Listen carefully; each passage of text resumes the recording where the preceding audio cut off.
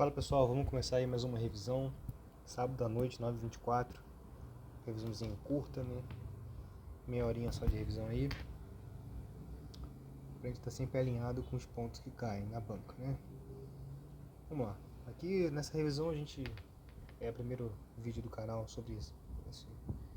Vou chamar de revisão rápida, né? Revisão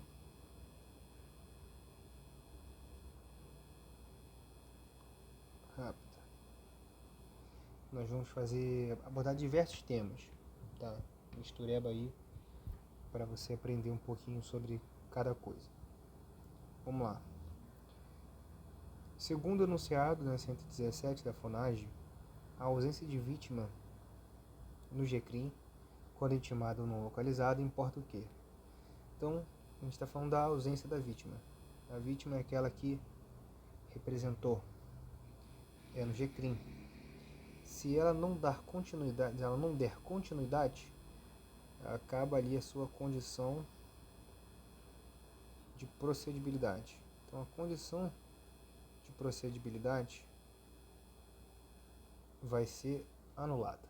E aí, o processo morre sem resolução de mérito. Essa é a consequência. Tá? Então, importará em renúncia tácita. É como se fosse ali uma renúncia tácita. O que é renúncia tácita? É aquela que não está expressa. É aquela que decorre da conduta, levando à extinção de punibilidade. Tô cansado, falei besteira, gente. Falei besteira. Não é extinção sem resolução de mérito, né? Extinção sem resolução de mérito é um termo muito mais comum, embora também seja sem resolução de mérito, mas é um termo muito mais comum no CPC. Quando a gente fala do CPP, a ausência, essa renúncia tácita, que implica uma ausência da condição de procedibilidade, implica numa extinção de punibilidade. Essa extinção de punibilidade faz coisa julgada.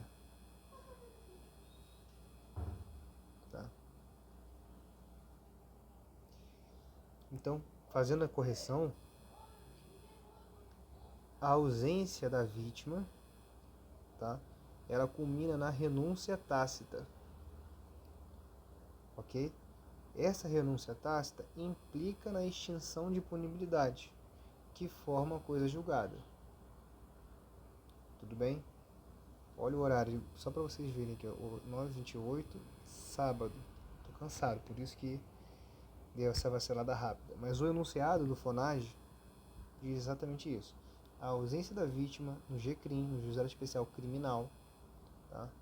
Quando ela foi intimada ou não localizada, ela importa na renúncia tácita, levando a minha extinção de punibilidade para os crimes que dependam desta condição. Qual condição?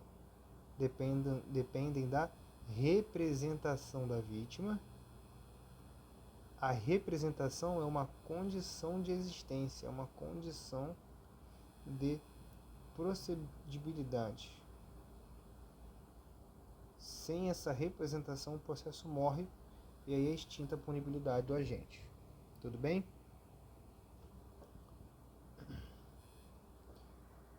Independentemente da reparação, a parte responde pelo prejuízo que a efetiva tutela de urgência causar na parte adversa, se obtida liminarmente, a tutela em caráter antecedente, ou seja, no início do processo. Não fornecer os meios necessários para a citação, ou seja, ela foi perempta. O cara foi negligente em relação à própria ação porque não forneceu nem meios para citar o requerido, dentro do prazo de 15 dias. Independentemente de reparação por dano, a parte responde. Tudo bem. É o prazo de 15 dias? Não. São 5 dias. Se em 5 dias não fornecer os meios necessários para a citação, a parte vai responder. Tudo bem? Por isso aí o erro. Errado. Porque independentemente da reparação, a parte responde pelo prejuízo. decorrente da efetivação da tutela, em caráter antecedente. Se a sentença lhe for desfavorável, ou seja, se a sentença for desfavorável, ou se obtida no início do processo, não fornecer meios necessários para a citação no prazo de 5 dias. O mínimo existencial ecológico diferencia do mínimo vital, por abranger aspectos que vai além da mera sobrevivência. Qual das alternativas abaixo representa corretamente a distinção? O mínimo vital inclui aspectos culturais e ambientais, enquanto o mínimo existencial ecológico se restringe apenas às necessidades. Letra B, vamos lá. O mínimo vital garante condições básicas de sobrevivência, enquanto o existencial ecológico abrange aspectos socioculturais e ambientais. O mínimo são conceitos idênticos, que a gente já pode tirar. O mínimo vital abrange direitos de terceira geração, enquanto o mínimo existencial ecológico se limita aos direitos de primeira geração. O mínimo vital inclui aspectos culturais e ambientais, enquanto o existencial se restringe apenas às necessidades alimentares, não se restringe. Então, o mínimo vital garante condições básicas de sobrevivência. O mínimo existencial abrange aspectos socioculturais e ambientais. Tá? Então, existem diferenças. Vamos lá. Eu tenho o mínimo. Ele pode ser um mínimo vital, ou pode ser um mínimo que existencial ecológico. Se for o mínimo vital, nós estamos falando de sobrevivência, condições básicas de sobrevivência. Se for o existencial ecológico, já é mais complexo. São aspectos socioculturais, ou seja, social-cultural, mais um aspecto ambiental. E tudo isso para garantir o quê? Vida com dignidade. Vida com dignidade. Então, o existencial ecológico é mais complexo. O vital é o básico, é aquelas condições para garantir sobrevivência. O existencial ecológico é aquela coisa mais complexa, envolve sociedade, cultura e ambiente. Aquela vida com maior dignidade. Não foca somente na sobrevivência, mas foca na vivência. O existencial ecológico é viver. O vital é sobreviver. E viver implica o quê? Esporte, lazer, cultura. Mas no âmbito da existencial ecológico envolve sociocultural e ambiental. Vida com dignidade. Gabarito, letra B. Ó. O mínimo vital abrange necessidades básicas e essenciais para a mera subsistência física. Alimentação e saneamento. Já o existencial ecológico, reconhecimento doutrinário, expõe esse conceito para incluir condições ambientais, socioculturais, para que o indivíduo possa viver com dignidade, usando o meio ambiente de forma equilibrada, né, e do patrimônio cultural, conforme 225. Tá? 225 fala exatamente isso aqui, ó. Meio ambiente ecologicamente equilibrado. Equilibrado.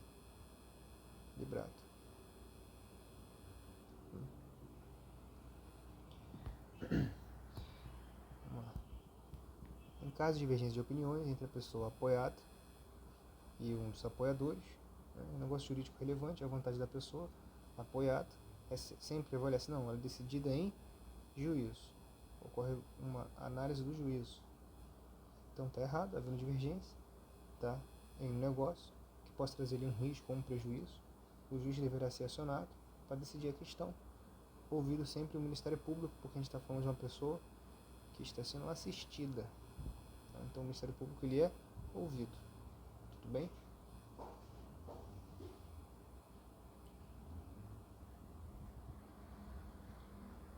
Esse artigo aqui, ó, não é muito importante não. Não precisa nem ler. Às vezes cai, mas não é muito comum não cair. Esse aqui já é interessante, ó. Tramitando o processo perante outro juízo, né, os autos serão remetidos ao juízo federal em quais circunstâncias? Se nele intervier, a gente tem, ó, não nessa ordem, mas por exemplo, empresa pública,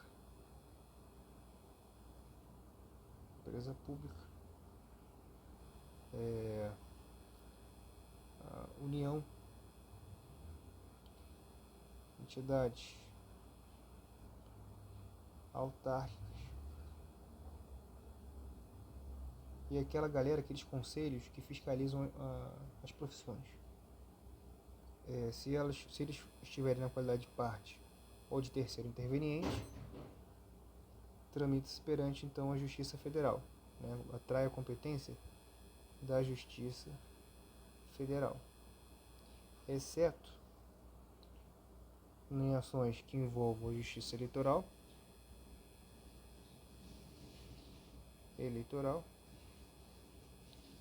e a Justiça do Trabalho, e quando envolver também a questão da falência e da insolvência.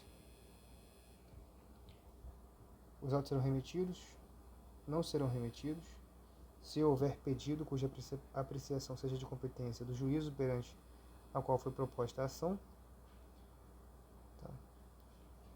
Esse parágrafo terceiro aqui, ó, o juízo federal restituirá os autos ao juízo estadual, sem suscitar conflito, se o ente federal, cuja presença ensejou a remessa, for excluído.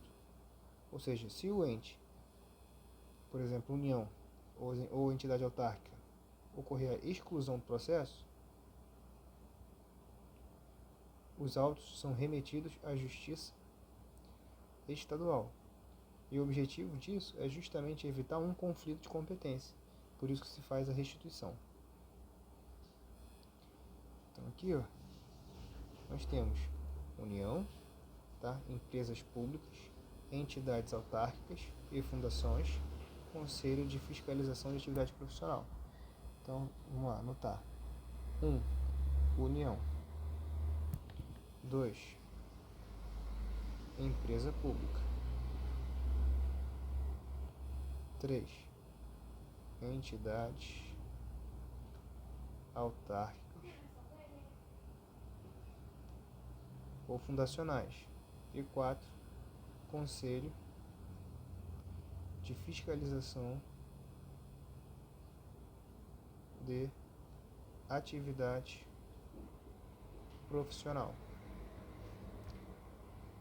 A gente chama de mnemônica UEE, tá? Como se fosse União Europeia. UEE, União Europeia, porque o UEE, União Europeia, atrai a competência da Justiça Federal. União Europeia atrai a competência da Justiça Federal. Por que União Europeia? Porque a União, entidades autárquicas e empresas públicas, né? Isso faz uma atração da Justiça Federal, do Juízo Federal. Se uma dessas entidades forem excluídos ao longo do processo, o processo é remetido para a Justiça Estadual para evitar conflito de competência. A exceção à União Europeia, qual que é a exceção à União Europeia? Quando se envolve Justiça Eleitoral, Justiça do Trabalho, ou quando se envolve falência, insolvência, recuperação judicial, ou questão de acidente de trabalho também. Lembrando que isso aqui, ó, esse que não está na mnemônica, Conselho de Fiscalização de Atividade Profissional. Vamos pensar em OAB. Não é OAB, mas a gente pensa porque é mais prático, tá? Mas vamos pensar aí, agora fugiu da mente, mas pesquisa aí na internet um exemplo de conselho. Mas o artigo 45, então, ele é fundamental, porque esse artigo ele passa por todo o Código de Processo Civil, também tem no processo penal, então é muito importante saber a competência do juízo federal. Fraudes em certames públicos, né?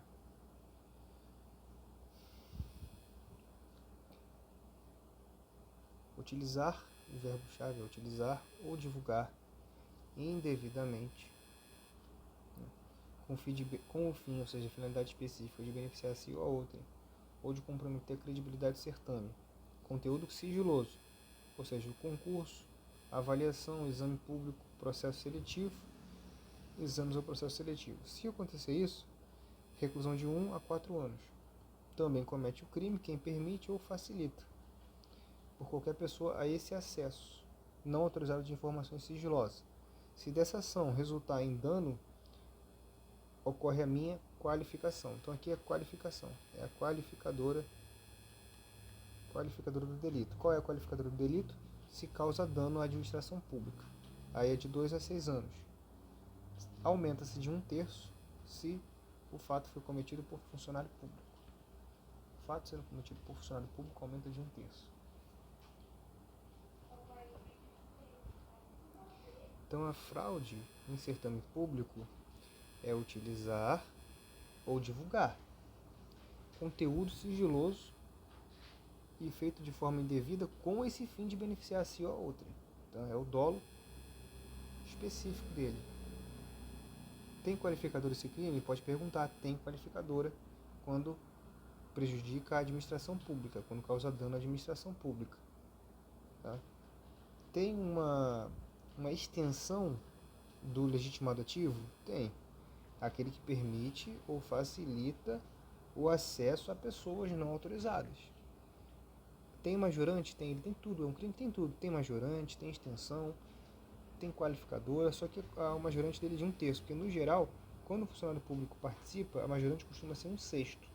Só que para crimes de fraude de certame, a majorante é de 1/3, por isso que pode cair.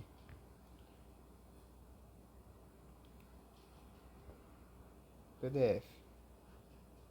O artigo 4º, por si só, protege o meio ambiente? Não, precisa, obviamente, dos tratados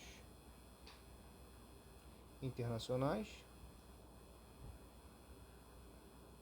e da interpretação doutrinária, porque ele por si só não tem como. Olha o que ele fala. A República Federativa do Brasil rege em suas relações internacionais para os seguintes princípios. Quais princípios? Defesa dos direitos humanos. E aí a gente inclui dentro dos direitos humanos a questão também ambiental. Porque a questão ambiental está ligada ao quê? Ao mínimo ecológico.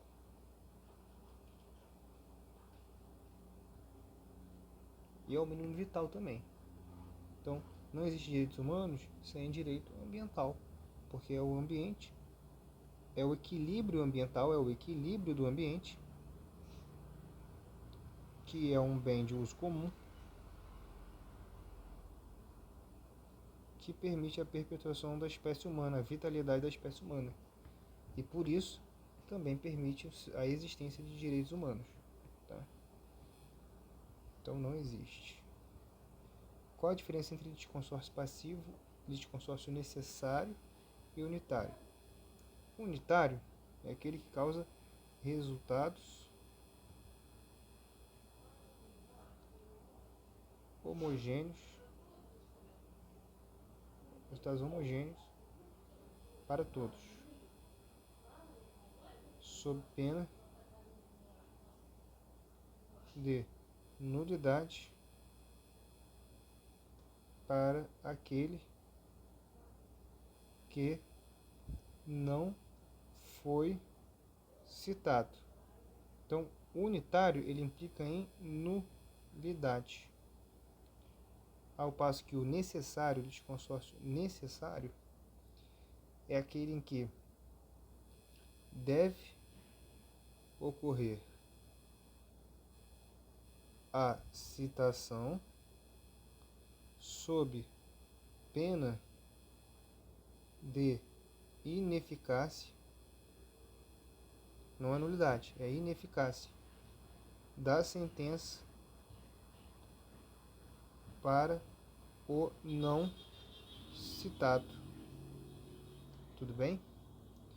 Inclusive, questão de reivindicação de condôminos. Vamos ver o gabarito? Ó. No litisconsórcio necessário, a eficácia da sentença está vinculada à citação de todos. Então, para ter eficácia, tem que ter citação. Não teve citação, ineficácia. Unitário, a decisão de mérito deve ser uniforme, homogênea. Tá? Homogênea, sob a pena de nulidade. Tá? Não está aí, mas você já entendeu. A ação de iniciativa privada pode intentar-se nos crimes de ação pública, se o Ministério Público não oferece uma denúncia. Sim, que é aquela ação penal privada subsidiária da pública. Então, há essa possibilidade. Está aqui, ó, parágrafo 3º. A ação de iniciativa privada pode intentar-se nos crimes de ação pública se o Ministério Público não oferece denúncia no prazo legal. É o que a gente chama de ação penal privada subsidiária da pública. Tá? A ação pública, a ação penal, ela é pública salvo quando a lei expressamente o declara privativa do ofendido. A ação penal pública é promovida exclusivamente pelo Ministério Público, dependendo, quando a lei o exige, de representação do ofendido. Se não tiver representação, a gente pode chamar de renúncia tácita, quando estamos falando do G-Crime, lembra? Tá? Então, ou requisição do Ministério da Justiça. Beleza? Conforme o artigo 120 da Constituição, o TJ-RJ tem papel de composição do TRE. Qual é o papel? Que papel é esse em relação aos juristas / advogados? Compete ao Tribunal Pleno compor a lista tríplice. Então, o Tribunal Pleno vai compor a minha lista tríplice de juristas para a nomeação do presidente do TRE. Segundo o entendimento do STF, qual é a consequência jurídica quando o ente federativo estadual estabelece proteção deficitária em áreas permanentes de proteção, APP? Não pode declaração de nulidade parcial com modulação de efeitos, reconhecimento de inconstitucionalidade por violação à proporcionalidade, realmente viola a proporcionalidade e a razoabilidade por questão de proteção insuficiente do meio ambiente. Letra B, não preciso nem falar mais nada. O Supremo Tribunal Federal entende que, por uma legislação estadual, ofere proteção deficitária às áreas de proteção permanente, em comparação com o Regramento Nacional, a violação aos princípios da proporcionalidade e da razoabilidade. Essa adoção quer proteção insuficiente do meio ambiente, expondo os limites da competência, suplementar está reconhecimento da inconstitucionalidade. Então, assim, o Estado ele pode ampliar, mas jamais pode reduzir. O que acontece se forem descumpridas quaisquer as condições? Se não for cumpridas as condições do acordo, o acordo ele é encerrado. O Ministério Público vai retroagir ao acordo, procedendo com a minha denúncia, ocorrendo o que a gente chama de rescisão. Tudo bem? Então, o Ministério Público deverá comunicar ao juízo para fins de sua rescisão e posterior oferecimento da denúncia. Então, ocorre a rescisão. Após a rescisão, a denúncia. Sobre a absolvição sumária e a inimputabilidade de culpa. A absolvição sumária está no 397. A absolvição está no 397 do CPP e ela é usada normalmente na resposta à acusação como fundamento. A questão da inimputabilidade ela não é usada, porque ela se fala da medida de segurança. E a medida de segurança ela somente pode ser aplicada após um laudo de insanidade mental e deve ser comprovado ao longo da audiência de instrução de julgamento. Então você não pode usar a medida de segurança como forma de absolvição sumária, por exemplo. Até porque ele não vai ser absolvido. Ocorre o que a gente chama de absolvição imprópria. Essa absolvição imprópria, ela não pode ocorrer justamente na resposta à acusação, porque deve passar por uma AIJ e passar por um laudo médico. Ou seja, a inimputabilidade por si só não traz absolvição. Se for a única tese de defesa, aplica-se a absolvição sumária imprópria. Se alegada junto com a defesa, o caso vai ao plenário. Cabe apelação contra a decisão de absolvição sumária. Tá? Contra a decisão de pronúncia, cabe rese e em pronúncia cabe apelação. Produção documental, a gente tem aí vários artigos. Então, incumbir a parte, instruir a petição inicial. Isso aqui é bem tranquilo, a gente nem precisa ler muito, porque é bem óbvio. Então, não sei. O constitucionalismo climático reconhece a proteção ao clima como um novo bem jurídico. Tá? O clima realmente, a proteção do clima, a proteção ao clima, ela é um bem jurídico autônomo. Qual fundamento constitucional sustenta esse reconhecimento? O clima integra o processo ecológico essencial da União, sendo necessário para o meio. Tá. O clima constitui mera competência privativa da União? Não. Concorrente. O clima é tutelado apenas indiretamente? Não. O clima é protegido exclusivamente por tratados internacionais? Não é exclusivamente. Letra A. Tudo bem? Então, o clima integra processos ecológicos essenciais, os mencionados no 225, sendo necessário para que o meio ambiente seja equilibrado. conforme 225 da Constituição. Tá? Letra A. Caso de dispensa de licitação, nós temos a licitação fracassada e a licitação deserta. Ó. A licitação deserta é uma hipótese de dispensa, tá? De dispensa, e ocorre quando nenhum interessado apresenta a proposta após a publicação do edital. Já a fracassada acontece quando há interessados, mas todas as propostas são desclassificadas, né, ou os licitantes são inabilitados. Então, na deserta, não há participante. É o artigo 75. Não há participante. Licitação, então, a dispensa pode ser por licitação deserta ou licitação fracassada. Na deserta, não há participante, é um deserto. Na fracassada, há participante, mas nenhum é habilitado ou todas as propostas são desclassificadas. Então, licitação deserta, não há participante. A administração pode realizar a contratação direta por dispensa, desde que a licitação tenha sido efetivamente realizada, a contratação ocorra em até 1 ano e as condições do edital original sejam mantidas. Na fracassada, também permite a contratação direta, desde que os mesmos critérios da deserta. Então, aqui a gente permite uma contratação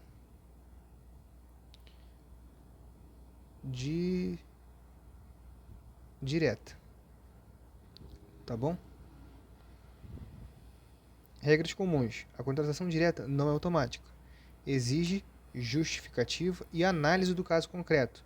Se houver indícios de falhas no edital, a administração deve refazer a licitação e não seguir com a dispensa. Tem falhas no edital? A administração refaz, porque o erro é da própria administração.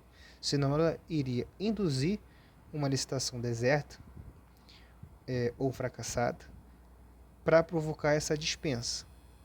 Isso não pode acontecer. Então, se ela errou, ela refaz. A fracassada, então, e a deserta é diferente por conta disso.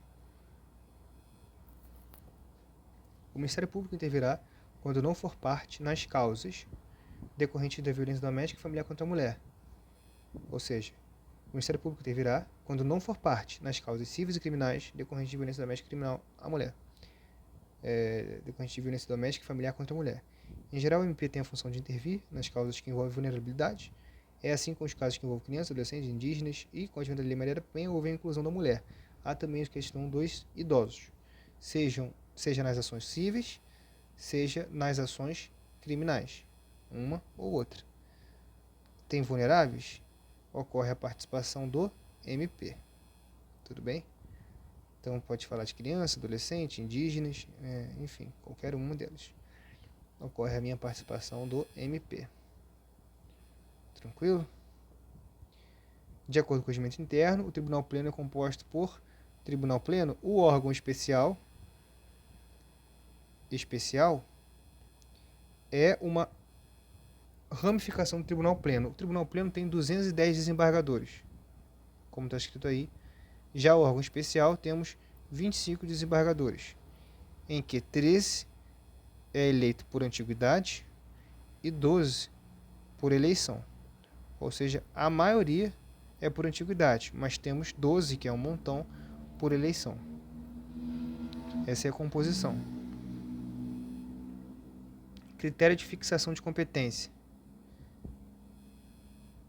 É o critério da União Europeia. De novo, aos juízes federais compete. Cara, grava essa porra. Juízes federais. Quem compete ao juízes federal? União Europeia. Por que União Europeia? UE. União Europeia, UE. Por que União Europeia, UE? Nós estamos falando de União, empresa pública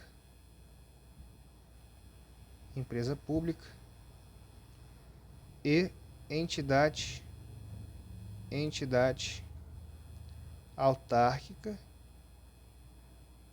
né, ou fundacional. Se essa porcaria aqui acontecer, a competência vai ser da onde? Da Justiça do Juiz Federal. Então, 109 da minha queridíssima Constituição. Compete ao juiz federal quando as causas envolverem União, entidade autárquica e empresa pública. Nós temos ainda os conselhos de fiscalização de atividade profissional, que a gente viu no CPC. A exceção dela, quem que é?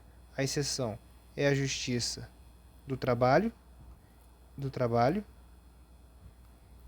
a Justiça Eleitoral, os casos de acidente de trabalho, os casos que envolvam também insolvência civil, quer dizer, insolvência, recuperação fiscal e falência. Tá? Então, falência, acidente de trabalho, justiça eleitoral e justiça do trabalho não entra nessa regra de competência da Justiça Federal. Os crimes que são conexos, ocorre a atração para a Justiça Federal. Se ocorrer a exclusão de qualquer ente aqui da União Europeia, retorna-se para a Justiça Federal Estadual para evitar o que a gente chama de conflito de competência. Então, quando se trata de crimes conexos, compete à Justiça Federal, prevalece a Justiça Federal. Na súmula 122, ocorre a unificação de crimes conexos, tá? Aplicando-se a regra do artigo 78, 78A do CPP. Se você não lembra também, nós temos crimes, né? Aí, enfim, aqui quando chegar aqui eu falo com vocês melhor. Mas até aqui eu quero que você entenda isso, que a União Europeia atrai a competência da Justiça Federal. Caiu na questão. A Justiça Federal será competente para o julgamento de outros delitos. Por quê? Aqui fala, vamos lá, vamos lembrar, União Europeia. Anderson Cláudio arquiteta um plano para praticar um crime. Uma agência de banco, que é uma empresa pública federal. Está na União Europeia? Tá. Então atrai a competência da Justiça Federal. Né? Encerrando o expediente, Jorge permite a entrada de Anderson e Cláudio no estabelecimento e em conjunto destroem os cofres. Repare, se eles estão em conluio, a gente fala que eles são uma continência, tá? Subjetiva. Ou seja, há um conluio entre eles, uma continência subjetiva. Após a subtração, os agentes roubam o carro de Júlia, que trafegava no local, né, sendo, porém, preso dias depois. Considerando, então a gente tem o crime de roubo. Esse crime de roubo normalmente é da Justiça Estadual, certo? Porque não está aqui. Mas, como um dos delitos, como foi um crime continuado, ou seja, após a subtração, ou seja, como se fosse um crime continuado, né? Não é que foi um crime continuado, mas aconteceu logo em seguida, ocorre aqui o que a gente chama de concurso formal. Desculpa, concurso material, mais de um delito. Só que ocorre a conexão, né? A conexão na Justiça Federal, porque um dos delitos foi na Justiça Federal porque envolveu uma empresa pública federal, certo? Então, considerando a conduta do crime de furto qualificado, certo? Roubo majorado e praticada a conexão, após a solicitação do esclarecimento, o advogado deverá informar o seguinte: a Justiça Federal será competente para julgar ambos os delitos conexos. Óbvio, tá? Tranquilo. Considerando a distinção entre direitos humanos e direitos fundamentais, apresentada no material, como seria classificado o direito à vida digna, reconhecido em tratados internacionais do Brasil, que não é significado para a ordem de... Então, é considerado um direito humano, mas não é um direito fundamental. Direitos humanos são universais e independem de positivação no ordenamento jurídico. Já os direitos fundamentais são positivados no ordenamento jurídico, ou seja, internamente. Direitos humanos são universais e independem de positivação. Tudo bem? Tranquilo. Artigo 38 da Lei 10.633. Para o exercício da atividade jurisdicional de primeiro grau de jurisdição, o território do Estado é fracionado em... Nós temos 3 divisões. Nós temos as regiões judiciárias, as comarcas e os foros. Tá? Temos essas 3. O foro, a gente tem que a competência prevista em lei e resolução tribunal. Foro regional, divisão da comarca. Então você tem a grande comarca. Comarca é dividida em foros. Tá? A comarca é a unidade de divisão judiciária autônoma, criada por lei. Uma comarca C é criada por lei. Por que a gente pensa nisso? Porque o foro, porque há estruturas que são criadas por resoluções, mas a comarca é criada por lei. Região judiciária, agrupamento de comarcas. Então, pega aqui várias comarcas, região judiciária, tá? Com ou sem delimitação territorial. A comarca, unidade de divisão judiciária autônoma criada por lei. Foro regional, divisão da comarca, definida também por lei essa divisão. Vara, unidade de divisão judiciária integrada judicialmente a uma comarca. Então, dentro de uma comarca, você vai ter uma vara, ou seja, há uma subordinação, há uma integração. Tá? Então, essa é a divisão do artigo 38.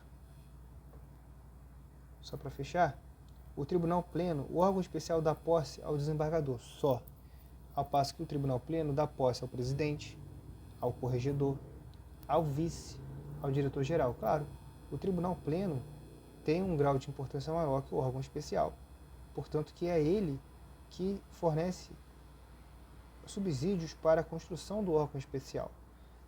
O órgão especial, então, dá posse ao desembargador. Todo o restante, presidente, corregedor, o vice, que são os principais, o diretor da escola de magistratura, tomam posse pelo Tribunal Pleno. Tá? Isso é muito simbólico. Enfim, a gente continua depois.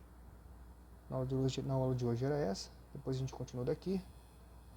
Obrigado a presença de todos. Grande abraço.